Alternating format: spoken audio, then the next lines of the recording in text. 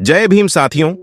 अगर आप चमार जाति का सही अर्थ जानना चाहते हैं तो आपको ये वीडियो देखना चाहिए, क्योंकि इस वीडियो में हमने चमार जाति कब और कहां पैदा हुई है सभी जानकारी दी है। चमार जाति जिसको कई राजनैतिक पार्टियां, राजनैतिक लोग और हमारे समाज के ही कुछ लोग अछूत कहते हैं, दलित कहते, और यह सब उनका कहना किस उद्देश्य से है ये सबको पता है। ये ऐसे लोग हैं जो नहीं चाहते कि हिंदू समाज एक साथ मिलजुल कर रहें। ये ऐसे लोग जो चाहते हैं ये सब आपस में हमेशा से ही लड़ते रहे। आखिर ये विधर्मी लोग कौन हैं? इनके बारे में तो आप सभी को अच्छे से पता ही होगा। लेकिन मित्रों, क्या चमार जाति के असली इतिहास से हम लोग आज परिचित हैं? क्या चमार जाति का यही इतिहास है कि उन्हें अछूत माना जाता था? आखिर चमार जाति का उदय कहां से हुआ? आखिर चमार जाति के इतिहास से जुड़ा वह किस्सा क्या है जिसे मुस्लिम वर्ग छिपाकर रखना चाहता है? इस्लामी शासन से जुड़ा और चमार जाति से संबंधित कौन सा है वह इतिहास जिससे आज भी हमारे समाज का एक बड़ा हिस्सा अपरिचित है? आज हम जानेंगे कि आखिर चमार जाति का उदय कहां से हुआ। आखिर चमार जाति का असली इतिहास क्या है? क्या चमार जाति के असली इतिहास से हम लोग परिचित हैं? आखिर चमार जाति का समाज में वह योगदान क्या है जिसके कारण आज हमें बड़े गौरव से इन लोगों का सम्मान करना चाहिए? लेकिन असली इतिहास से हम परिचित हैं ही नहीं। शायद इसमें हमारी गलती नहीं है। हमारे देश का एजुकेशन सिस्टम ही ऐसा है कि हमें जो चीजें जाननी होती है वह चीजें पता ही नहीं चलती, और सोशल मीडिया पर भी ऐसे लोग कम ही हैं जो इन मुद्दों पर अपनी बात रख सके। क्योंकि ये जाति आपस में लड़ती रहे, हिंदू समाज बिखरा रहे, यही तो विधर्मियों का उद्देश्य है। और ये लोग नहीं चाहते कि असली इतिहास आपके सामने आए। तो दोस्तों, आज मैं आपको बताने वाला हूं कि आखिर चमार जाति का असली इतिहास क्या है। इसके प्रमाण भी आज मैं आप सभी के समक्ष रखूंगा। तो चलिए शुरू करते हैं आज का वीडियो। स्वागत है आप सभी का दोस्तों। चमार जाति के असली इतिहास को जानने से पहले चलिए हम थोड़ा विकिपीडिया पर इस जाति के बारे में खोजने की कोशिश करते हैं। जब हमने रिसर्च की तो हमें विकिपीडिया पर जो जानकारी मिली वह बेहद हैरान कर देने वाली थी। दोस्तों, विकिपीडिया के अनुसार चमार जाति को चंवर वंशीय भी कहा जाता था। ये एक समय के क्षत्रिय पहचान से जाने जाते थे, लेकिन मुगलों ने जोर जबरदस्ती से इन्हें चंवर वंशीय या सूर्यवंशी क्षत्रियों को चमार नाम का दर्जा दे दिया। विकिपीडिया के अनुसार मुगलों ने ऐसा इसीलिए किया कि ये सूर्यवंशी क्षत्रिय इस्लाम कबूल करने से इनकार कर रहे थे। उन्होंने कहा कि हम पशुओं की चमड़ी से जूता चप्पल बना सकते हैं, लेकिन इस्लाम नहीं कबूल कर सकते हैं। फिर आगे बताया जाता है कि चंवर वंश की क्षत्रियों ने चमड़े का काम छोड़कर खेती करना शुरू कर दिया, और आज इनको अहिरवार भी कहा जाता है और जाटव नाम से भी संबोधित किया जाता। जाटव आज इनकी उपजाति है।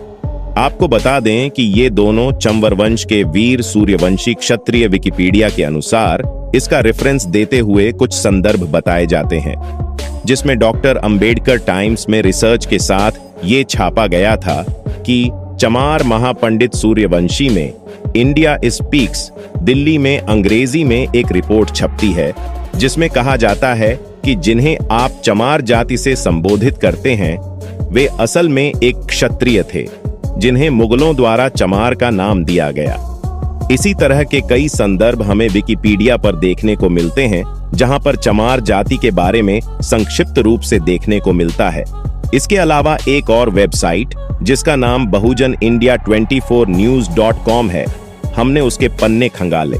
वैसे भी ये साइट है जो लगातार दलितों से संबंधित मुद्दों को ही उठाती है जो देश भर में हो रहे हैं। दलित मामलों से जुड़ी खबरों को प्रकाशित करती है। जब हमने इस वेबसाइट का रुख किया तो हमने यहाँ पर चमार जाति के असली इतिहास को जानने की कोशिश की। चमार जाति को कभी भी विदेशी आक्रांताओं में उठने का मौका नहीं दिया। हिंदी इनकी मुख्य भाषा थी, प्रकृति भाषा थी, लेकिन इसकी लिपि के बारे में अभी भी पूर्णतया खोज नहीं हो पाई।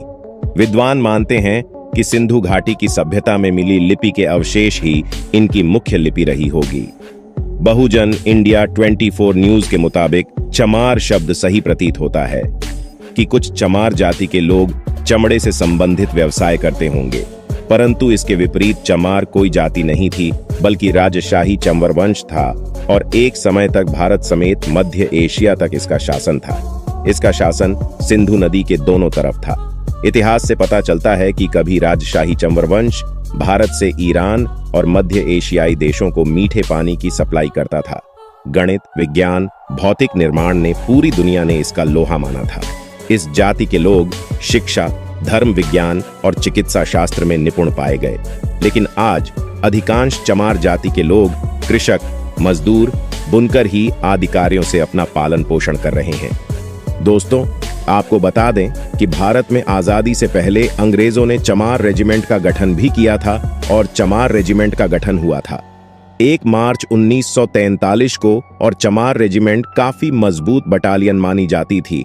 और दोस्तों, चमार रेजिमेंट के गठन के बाद इसको कुछ समय बाद खत्म कर दिया गया। इसके पीछे एक बहुत बड़ी घटना देखने को मिलती है, जहां पर आजाद हिंद फौज से मुकाबला करने के लिए चमार रेजिमेंट को अंग्रेजों ने सिंगापुर भेजा था। उस समय रेजिमेंट के कैप्टन थे मोहन लाल कुरील, जिन्होंने यह देखा कि चमार रेजिमेंट के सैनिकों के हाथों अंग्रेज हमारे अपने ही देशवासियों को मरवा रहे हैं। फिर क्या था, उन्होंने इसको शामिल किया और अंग्रेजों से भिड़ जाने का निर्णय किया। तब उन्होंने अंग्रेजों से लड़ते हुए सैकड़ों भारतीय सैनिकों की जान बचाई थी और चमार रेजिमेंट भंग कर दी गई, जिसके बाद कैप्टन मोहन लाल कुरील को भी बंदी बना दिया गया। फिर भारत आजाद होने के बाद उनको रिहा भी कर दिया गया। तो दोस्तों, अब आपने देखा कि कैसे चमार जाति का इतिहास न सिर्फ प्राचीन भारत में बल्कि आधुनिक भारत में भी कितना गौरवशाली रहा है।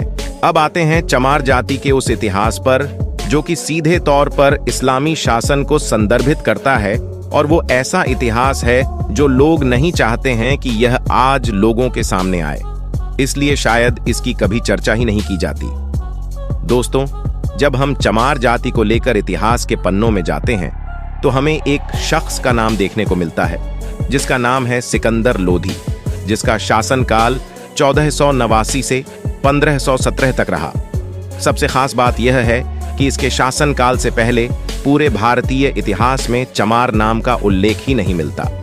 आज हम जिन्हें चमार जाति से संबोधित करते हैं, जिनके साथ छुआछूत का व्यवहार करते हैं, दरअसल वह वीर चंवर वंश के क्षत्रिय, जिसका प्रमाण मैं पहले ही दे चुका हूं, और सिकंदर लोधी ने चमार घोषित करके अपमानित करने की चेष्टा की।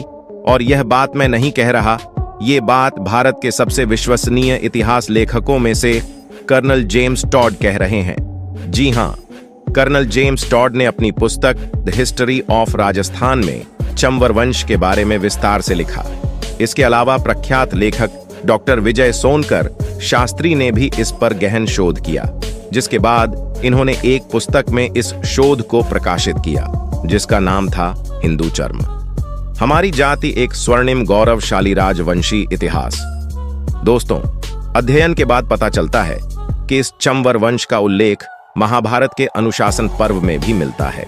डॉक्टर शास्त्री के अनुसार प्राचीन काल में न तो कोई चमार शब्द था और न ही कोई जाति थी।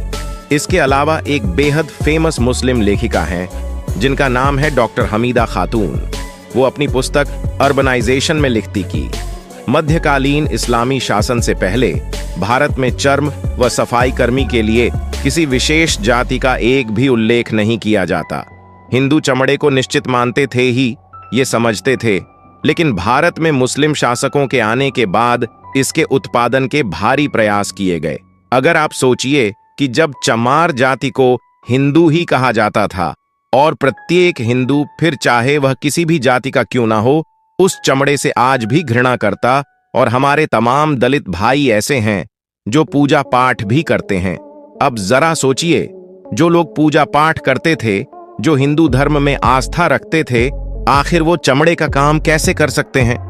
भारत में मुस्लिम शासकों के आने से पहले भारत में किसी भी प्रकार के चमड़े का काम नहीं किया जाता था, लेकिन जैसे ही मुस्लिम साथ साथ आते हैं, तब इसके उत्पादन के भारी प्रयास शुरू कर दिए जाते हैं और यह काम दे दिया जाता है चमारों को।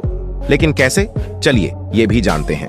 दोस्तों, आक्रमणकारियों के काल में चंवर राजवंश का शासन भारत के पश्चिमी भाग में था और इसके प्रतापी राजा थे चवन सिंह। इसे क्षत्रिय वंश के राज परिवार का वैवाहिक संबंध था। बप्पा रावल वंश के साथ राणा सांगा व उनकी पत्नी जाली रानी ने च्यवन सिंह से संबंध रखने वाले संत रविदास जी को अपना गुरु बनाया था और उनको मेवाड़ के राजा गुरु की उपाधि दी थी और उनसे चित्तौड़ के किले में रहने की भी प्रार्थना की थी। तमाम ऐतिहासिक दस्तावेजों में इसका जिक्र मिलता, जिसमें संत रविदास के चित्तौड़ किले में कई महीने रहने का उल्लेख मिलता है और वहां पर उनके महान व्यक्तित्व एवं उपदेशों से प्रभावित होकर बड़ी संख्या में लोगों ने अपना गुरु माना शुरू कर दिया और तमाम लोग उनके अनुयायी हो गए। और इसी का परिणाम है कि आज भी विशेषकर पश्चिम भारत में जहां संत रविदास जी थे, बड़ी संख्या में आज भी रविदासी पाए जाते हैं। आज भी राजस्थान में अगर आप चमार जाति के व्यवहार को देखते हैं तो वह बिल्कुल राजपूत तो जैसा ही है। औरतें लंबा घूंघट रखती हैं, आदमी ज्यादातर मूंछ रखते हैं, पगड़ी रखते हैं। संत रविदास की इतनी प्रसिद्धि बढ़ने लगी कि इस्लामिक शासन घबरा गया। सिकंदर लोदी ने मुल्ला साधना फकीर को संत रविदास को मुसलमान बनाने के लिए सिकंदर लोदी जानता था कि यदि रविदासीय लोग इस्लाम स्वीकार कर लेते हैं तो भारत में बहुत बड़ी संख्या में इस्लाम मतावलंबी हो जाएंगे, लेकिन उसकी सोच धरी की धरी रह गई। स्वयं मुल्ला सतना फकीर व संत रविदास को मुसलमान बनाने के लिए गया था, वह खुद पराजित हो गया और कोई उत्तर नहीं दे पाया और संत रविदास से उनकी भक्ति से प्रभावित होकर अपना नाम उसने रामदास रख लिया और स्वयं हिंदू बन गया। अब दोनों संत मिलकर हिंदू धर्म के प्रचार में लग गए, जिसके फलस्वरूप सिकंदर लोदी आग बबूला हो गया। उसने संत रविदास को कैद कर लिया और इनके अनुयायियों को उसने चमार और चांडाल घोषित कर दिया और उनको बंदी बनाकर उनसे कारावास में खाल और चमड़ा पीटने, जूती बनाने इत्यादि निम्न काम करवाए। सिकंदर लोधी की यह शर्त थी, या तो इस्लाम स्वीकार कर लो या फिर ऐसे काम करो। लेकिन उन्होंने कहा कि वेद धर्म सबसे बड़ा अनुपम सच्चा ज्ञान, फिर मैं क्यों छोड़ूं, इसे पढ़ लूं। कुरान वेद धर्म छोड़ू नहीं, कोशिश करो। 1000 तिल काटो चाही। गो अंग कटा संत रविदास पर हो रहे अत्याचारों के प्रति उत्तर में चंवर वंश के क्षत्रियों ने दिल्ली को घेर लिया। इससे भयभीत होकर सिकंदर लोदी ने संत रविदास को छोड़ दिया। संत रविदास का यह दोहा देखिए आप, जिसमें वे कहते हैं कि बादशाह ने वचन उच्चारा मत प्यारा, इस्लाम हमारा खंडन करें उसे रविदास, आ उसे एक करो। प्राण को नाशा जब तक राम नाम रखलावे, दाना पानी यहां नहीं पा, वे जब इस्लाम धर्म स्वीकार ए मुख से कलमा आप उच्चारे पढ़ें, नम आज जब भी चित्त लाई दाना पानी तब यहां पाई। जिसमें संत रविदास जी कह रहे हैं कि बादशाह ने कहा कि उसे उसका इस्लाम धर्म प्यारा, और संत रविदास जब तक इस्लाम धर्म को स्वीकार नहीं करता तब तक इसे रखो, भले ही इनकी मृत्यु हो जाए। जब तक यह इस्लाम को नहीं स्वीकारते, अपने मुंह से कलमा नहीं पढ़ते, तब तक इसको खाना पानी ना दिया जाए। लेकिन समस्या तो यह है कि हमने और आपने कभी भी संत रविदास को अच्छे से पढ़ा ही नहीं। हमने उतना ही पढ़ा जितना हमें आवश्यकता है अपना एजेंडा चलाने के लिए, फिर चाहे वो हिंदू हो या फिर हमारे दलित भाई ही क्यों ना हो। अगर हम संत रविदास जी के दोहों को अच्छे से पढ़ते हैं तो उसमें साफ साफ समय के समाज का चित्रण है, जो बादशाह सिकंदर लोधी की अत्याचार, इस्लाम में जबरदस्ती धर्मांतरण और इसका विरोध करने वाले हिंदू ब्राह्मणों व क्षत्रियों को निम्न कर्म में धकेलने की ओर संकेत करता है। जब अंश के वीर क्षत्रिय हैं जिन्हें सिकंदर लोधी ने चमार बनाया और हमारे और आपके हिंदू पुरखों ने उन्हें अछूत बनाकर इस्लामी बर्बरता का हाथ और मजबूत किया, हमारा भी दोस्त इसमें बराबर का है। लेकिन देखिए, इस समाज ने पद दलित और सम्मानित होना तो स्वीकार किया, लेकिन विधर्मी होना स्वीकार नहीं किया। और आज भी यह समाज हिंदू धर्म का आधार बनकर खड़ा हुआ नमन है। ऐसी जाति को तो दोस्तों क्या सोचना है आपका? चमार जाति के इतिहास के बारे में कमेंट करके जरूर बताएं। अगर वीडियो पसंद आया हो तो लाइक कमेंट शेयर और चैनल को सब्सक्राइब करें। धन्यवाद।